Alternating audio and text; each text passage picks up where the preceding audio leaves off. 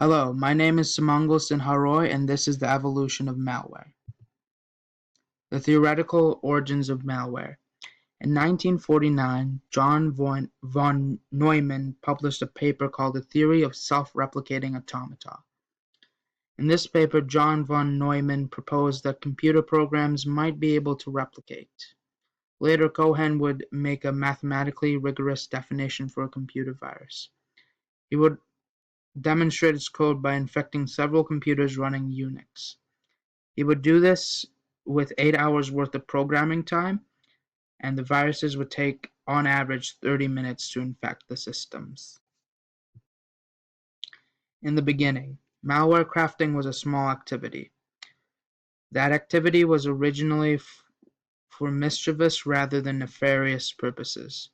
This is because most computers were infected by the manual spread of infected removable media such as floppy drives. This limits the impact a potential hacker could have, and it also meant that victims would most likely know the person who infected them. This also meant that malware creators had some fun showering the victim with colorful graphics. Elk Cloner is considered one of the first viruses. The first self-replicating program was the Reaper, created a decade earlier, and this would also have another program which would hunt down the Reaper and erase it from the system, called the Reaper Remover. This virus was created in 1981 by Rich Skentra. The virus could overwrite certain parts of an Apple DOS disk, although this was not intentional. The virus shown before you is called Cascade. This is the first encrypted virus. It makes it more difficult for antivirus programs to remove it. It deletes user files and shows the result on the screen. There was also the Pakistani brain virus, which would actually manage to make its way over in the US and display a message that showed the address of the creators. This was to combat piracy. The Elk Cloner also displayed a small poem, just for fun. The first worm. The Morris worm was created as an experiment to learn about the size of the internet. However, this went horribly wrong. The creator managed to mess up his worm because it would spread 1 out of 7 times, even if the computer was previously infected. This led to a denial of service attack, and thousands of computers would be damaged by this virus. The reason this boneheaded maneuver was done was because a computer could easily remove the infection by piping yes to the finger process. So 1 out of 7 times this would not work. This turned out to be too much. The worm exploited a vulnerability in the finger process. It also exploited several other vulnerabilities in the mail remote shell process. As a response, the CERT-CC was created. This stands for the Computer Emergency Response Team, and it is still operational today. Virus creation becomes more popular. Many virus creation bulletins were found on the internet, and still are today. These forums facilitate exchanges of viruses old and new. One could create a virus for themselves using an Atari ST virus construction kit. Slowly, kits that allowed someone to build a polymorphic virus were released. These kits included MTE, TPE, NED, and DAME. The polymorphic viruses will mutate every time they infect another computer in order to foil detection by signature-based antiviruses. These proved to be the end of many antivirus companies because they could not simultaneously adapt to this and reduce the rate of false positives. These polymorphic viruses, especially the Vienna virus, cause harm by crashing the DOS operating system. The way they did that was by going into the date and time and changing the second to 62. This would crash the system and one would usually have to re-image it. Viruses become malicious and widespread. Virus macros attach themselves to popular applications such as Word and Excel. These viruses appeared in 1995, and the most numerous infectors, specifically WM.concept, was created as concept, although there would be more malicious worms later on. Linux was also infected by its first virus named Staug. A virus could also infect Java programs by 1988. This was Strange Brew. It was released as a proof of concept by a university student. We can see that email worms are highly popular. They crashed email servers and infected users' computers. Worms were used to launch DDoS attacks against the White House, specifically Red Alarm 1 and Red Alarm 2. We also have an attack on Microsoft SQL servers launched by the SQL scammer. Spyware was also popular.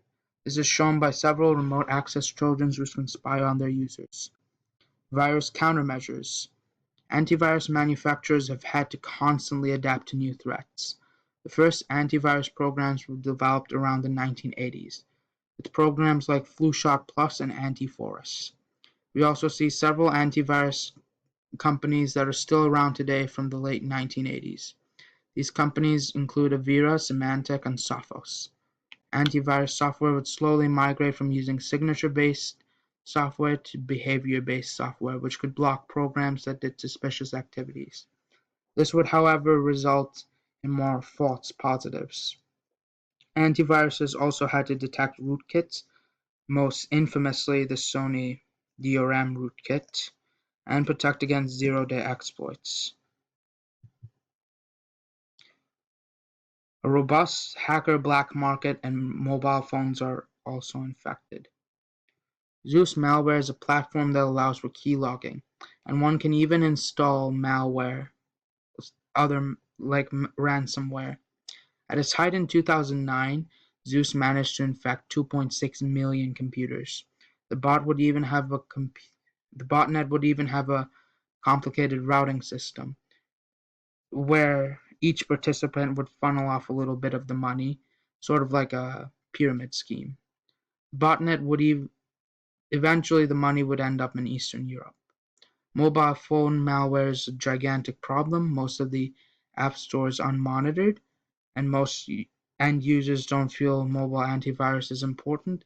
And finally, the malware changes too rapidly for anti-malware to catch up. An example of how dangerous this threat is shown by Hummingbird. This malware has infected 10 million phones and generates $300,000 in monthly revenue. The way it does this is by injecting advertisements into the user's phone. The user then clicks those advertisements and profit is generated. This could also install other unwanted software. Malware and cyber warfare. Stuxnet, which was released in 2010, showed that cyber warfare could be a devastating tool. This worm managed to set back Iran's nuclear program by 2 years. Next, we saw Flame and Duku. Flame was used to perform cyber espionage in the Middle East and could specifically monitor Skype calls, take screenshots, and send them remotely to a command and control center. Duku also acted as cyber espionage and was built right after Stuxnet. It also focused on the same Middle Eastern region. Stuxnet was a very clever worm, and it was specifically designed for SCADA systems. It was also authenticated by a Realtek certificate. Other nations have caught on to this trend, like North Korea and Russia. North Korea released WannaCry and hacked Sony. On December 2015, Russia released Black Energy, and as a result, 73 million megawatt hours of electricity was not supplied to Ukrainian nationals. The rise of ransomware. Ransomware is malware that encrypts a user's files and charges them to decrypt the files. Examples include WannaCry, CryptoLocker, and CryptoWall. The user typically installs these inadvertently as a Trojan horse, but WannaCry can spread without user interaction. There are also mobile ransomware apps. The ransomware you see in front of you is CryptoLocker. The future of malware. The Internet of Things is a very juicy target because most owners don't secure the devices properly.